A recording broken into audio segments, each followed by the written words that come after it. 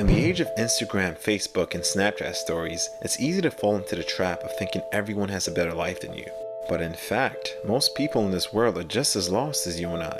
When we overthink, we speculate that we're somehow worse than others, like everyone else has it figured out, and we're the ones getting it wrong.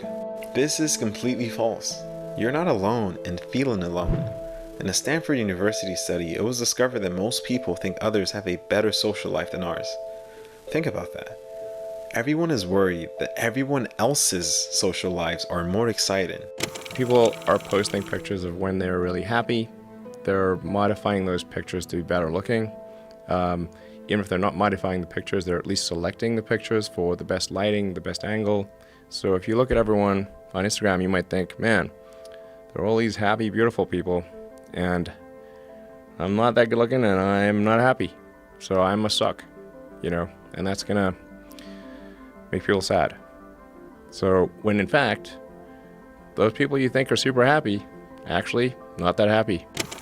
And social media is just one source of the problem. The central issue is the mental fabrication of problems that don't have to exist. As Seneca, a Roman philosopher, beautifully stated, we suffer more in imagination than in reality. In other words, we constantly overthink. Overthinking is obsessing over insignificant details.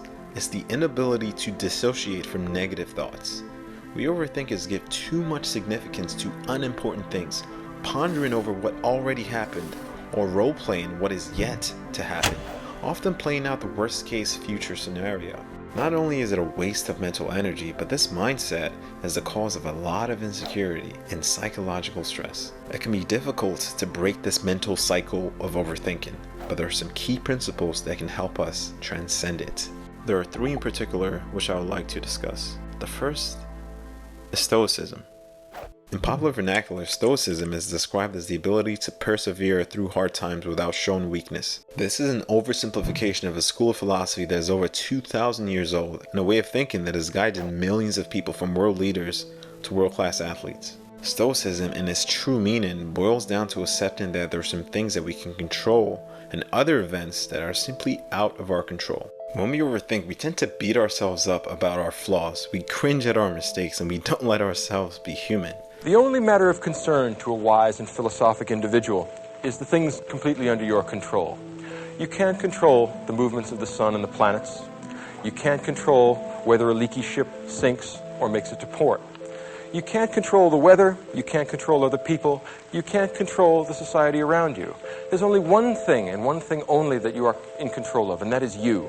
Your will, your intentions, yourself. One of the things that is out of our control are the thoughts and actions of others, and obsessing over these topics is one of the hallmarks of overthinking. We know that human behavior is incredibly complex. In fact, most people can't explain why they have certain tendencies and personality traits.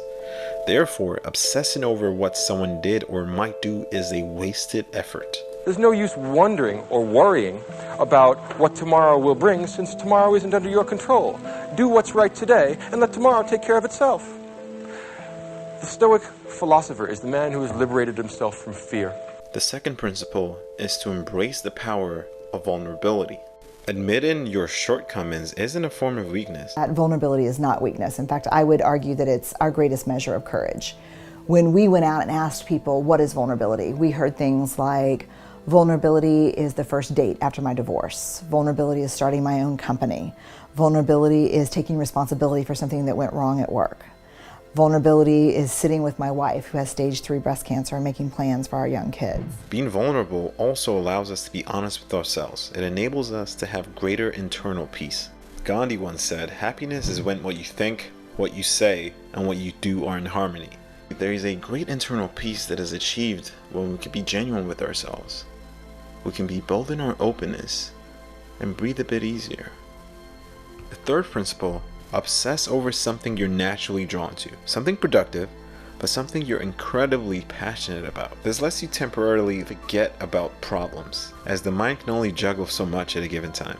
It's so much easier to switch your thoughts than stop them altogether. So when negative thoughts kick in, instead of trying to quiet them, delve into something else.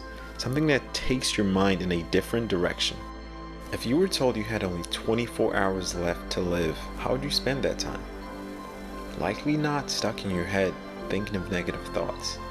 There just simply wouldn't be enough time for that. Yet, this is the position overthinkers like myself find ourselves in at some point of almost every day. And this is why I made this video, as a reminder to myself and hopefully others to break the spell of overthinking.